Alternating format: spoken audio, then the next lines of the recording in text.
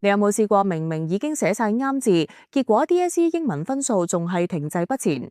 或者你都曾經懷疑過考官究竟點評卷？大家好，歡迎收聽 Double R 英語整合法嘅頻道，我係陸雲娜老師，擁有25年教學經驗。今日我會用最簡單嘅例子，幫你拆解 DSE 英文評分秘密，教你點樣避開常見陷阱。你可能會問，咁主觀印象分點先算客觀？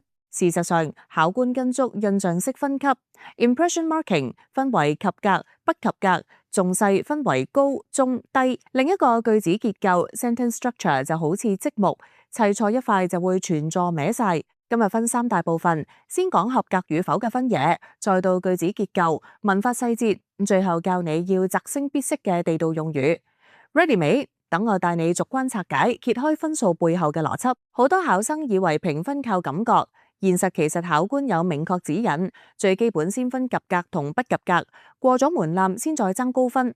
你可能問點先算過到門檻？答案在於展示表達準確度 （accuracy） 同語言自然度 （fluency）。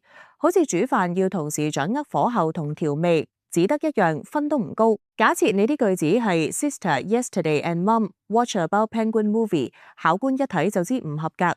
但如果你寫到 My younger sister watched a movie about penguins with mom yesterday， 已經過到頭關，唔係死背句式，而要真正用英文思維組句，唔再硬譯中文。印象式分級雖大主觀，但核心仍然係你有冇基本結構，溝通得體。做好呢點，先有資格爭高分。句子結構 sentence structure 就係英文嘅骨架，中文講話可以好自由，英文就唔同，講究 SVO subject verb object。次序就好似人體頭唔可以生喺腳上，句子都要有主語先，動詞中，賓語尾。你有冇發現直譯中文經常中伏 ？Sister yesterday with mom watch about penguin movie， 識晒生字都唔合格，因為用咗逐字翻譯。呢個錯誤好似用竹棚搭西式大廈，結構馬上崩壞。點樣先叫英文句？主語、動詞、賓語跟次序，副詞如 yesterday 通常放尾。加上語序 word order 同修飾語 modifical， 砌錯會令意思走樣。想寫到自然句子，要多睇 native speaker 嘅原文例句，模仿佢哋點組句，自然會建立英文腦袋，寫得出流暢內容。成日聽人話英文文法 grammar 難，其實文法就似交通規則，冇佢路面亂晒，寫作一樣。舉例 Uncle Tom stopped eating snacks 同 Uncle Tom stopped to eat snacks。意思完全相反，考官會用呢啲細節分高低。你可能會問，文法錯咗，意思都明啦。但 DSE 唔止考意思，仲要動詞時態 tense 同冠詞用法 articles usage 準確無誤。舉多兩個例子 ，a pen 本來係解一支筆 ，a peg 係一隻豬。一齊用的話 ，a peg pen 就變成一個豬欄。另外，又好似 coffee 原本解咖啡 ，table 係一張台，但係 coffee table 就係茶几，兩個字加埋變新意思。呢啲 collocation 配搭錯咗就出事，分高唔高，往往睇你細節有冇落力。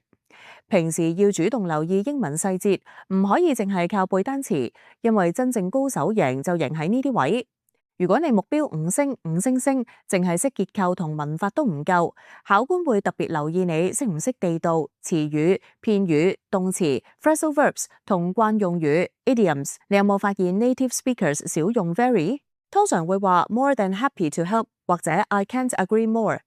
你可能問啲片語動詞點學？最佳方法就係多睇劇、讀原文，訓練語言地道性。authenticity 同語境適切度 contextual appropriateness， 好似烹飪要識用咩配料。respect 可以做動詞 I respect him 同名詞 I have great respect for him， 但如果識埋 look up to somebody 就更地道。多聽多講多寫，日常運用英語先有機會真正摘星。總結今集，你可能會思考咁多細節應該點開始。3個重點：一、評分制度有明確及格線，基本結構要打穩。2、文法細節唔可以馬虎，細微錯誤都會拉低分數同專業感。3、要追星必須識地道語言，片語、動詞同慣用語，令英文成為你溝通工具。實戰建議每週定1日做主動輸入 active input， 聽 Thai native speaker 例句。再定一日主動輸出。Active output 如寫日記或練口語，兩者結合，好似學游水睇人游，學唔識，自己落水先真學識。你如果覺得底子唔好都唔緊要，跟住策略逐級升階。下集我會拆解 WR 英語整合法獨門法寶，專攻中國人英文盲點。記住訂閱，未來有更多貼地教學等你，摘星之路一齊行。